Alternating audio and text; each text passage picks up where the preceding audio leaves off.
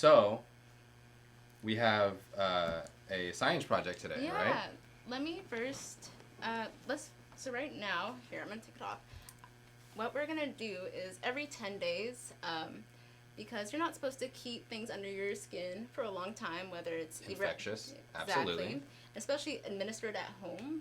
Yes. Right. Sterile. Not right. So right now I am currently. I don't know if we can see this. I'm gonna show this old one I'm taking off, and it comes off kind of like a Band-Aid. It's just a really strong adhesive. Yeah. But take it off, and that is what we have. Is this little flap. So right there is like a little wire. Probably the camera won't be able to see it. I don't know, but can I see it? Maybe. It's a little wire, maybe the length of a fingernail, would you say? And it's, the way that it goes in is with a needle, and that little, I guess, what do we call this? Maybe a little, not sure, catheter kind of thing. I don't know. I don't want to call like it a syringe. Yeah, like a syringe. Goes in with it, and the syringe comes out, retracts, and just leaves this guy, which is super flexible.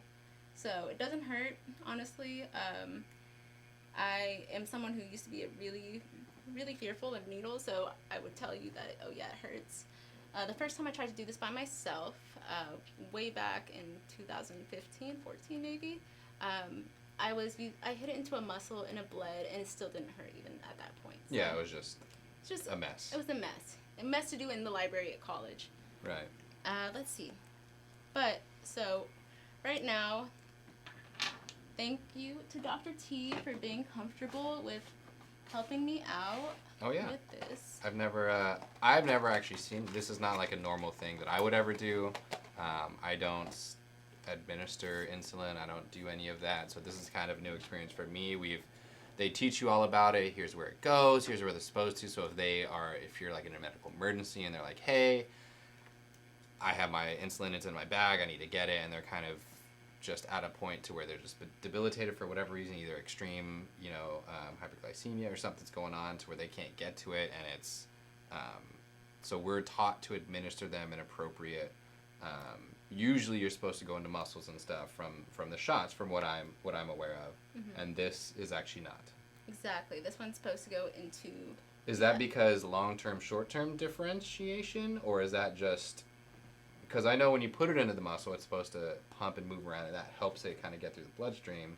Do you know the reasoning behind why it's? Yes. So actually, insulin is best absorbed into fat cells. Okay. So, and I'm not really sure of much science behind that, but I do know that insulin is best absorbed into the fat cells. Okay. And outside of that, too, it becomes uncomfortable after a certain time, especially the days that I do hit a muscle. Like, I can feel it. It's like super sore. Yeah. Well, because you still have the little thing in there. Exactly. So, like, the insulin pump I wear, if that little, like, it's a very thin tube. Yeah. You can it's sometimes like a wire. feel. Exactly. You can definitely feel it if you're moving around a lot. Right. But right now, I might use a few more alcohol swabs. Sorry, we're gonna have to just collect some trash right there. That's all good. Well, it's not my place. Right. As sterile can be. And you know what, though? I know that even though you are not an endocrinologist, I can hold it up. This is actually something anyone can help me with. Anyone with just comfortability. You got to stick someone with something, kind of, in a way. Exactly. People can remain calm. I have my friends do this. Anyone who's willing to volunteer and help me out, oh yeah, you're hired. I signed a waiver. Exactly. I can't sue him. He can't sue me, and vice versa. But let me see. This is the little battery part that actually talks to my pump. So these two, it's like a little Bluetooth thing in here, and it has a little 3-month battery. Like that activates. Yeah. And then I think I tucked it away in a good spot. Maybe I didn't. Oh, I put it in here. Yeah. Forgetful. High blood sugar. That's why the confusion, right? I was trying to see with how you were responding to things. Is that I don't know if you weren't catching words because of that or what was going on. So I was trying to monitor. I was like, oh, I wonder if she's getting to the point and she's just gonna stop talking and be like, all right, we need to do this. This is the moment where I need it. I'm gonna keep the insulin pump on for at least this little time because it's already having insulin working. But for me, one of the symptoms of high blood sugar is like a mental jumble. Okay. I feel confused. So for me, it's pretty dangerous to drive when I am having high blood sugar.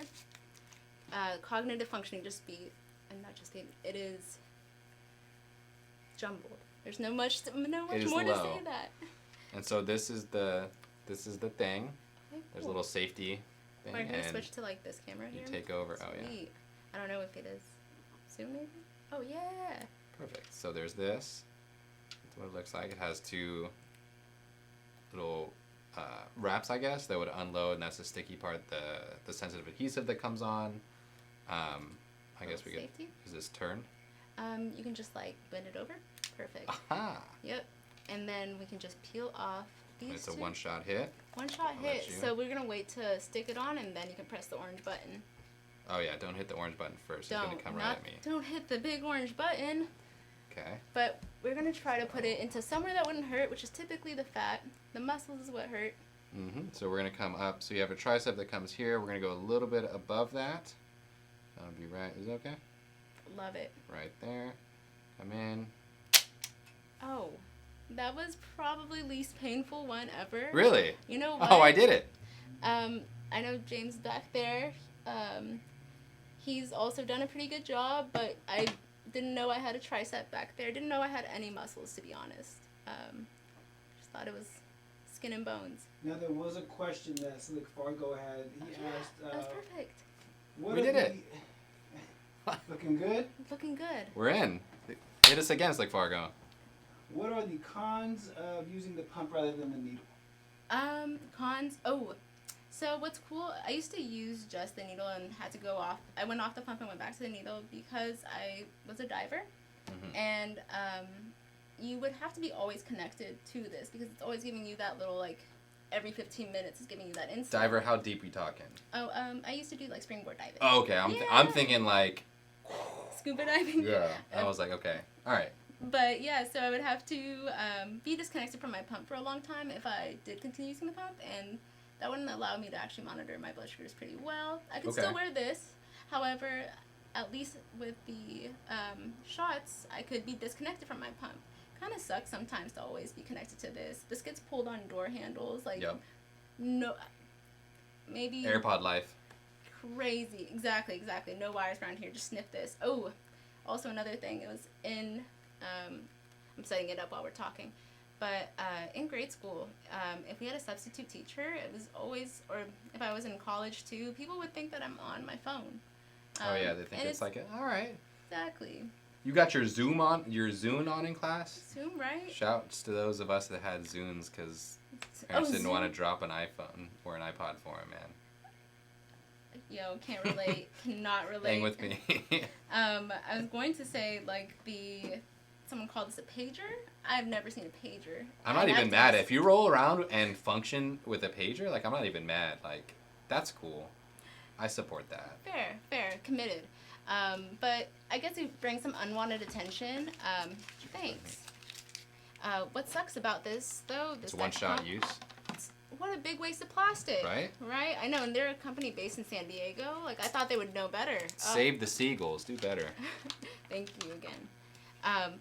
So I'm going to actually use this code to pair it. Wow. Yeah, so That's impressive. So I'm basically writing in this little I didn't know four-digit code. Yeah, so I'm going to start sensor. I got a code.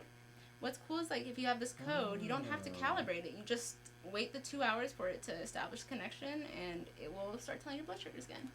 Oh, so you should make sure you already have, like, insulin going if you're getting up there before you change this, because it's going to take a little bit of time. Totally. Okay. So you kind of want to know where you're at. Otherwise, like, I'll resort to a finger prick if it's really, like, Yeah, dire. if you have to. So you still have, like, one of those around. They're pretty, like, easy to find. Absolutely, Okay. yes. And you know what's so funny? I was just actually talking to him about this, was that they actually give you the meters for free, especially if you go to, like, diabetic, like, symposiums. Really? Yeah, they'll give it to you for free. Oh, I got to hit, man. Oh, you got to. But I got to go make me some diabetic buddy or diabuddies. I'll take you to the symposium. There's one coming up in San Francisco. Yep. Absolutely. We'll follow up.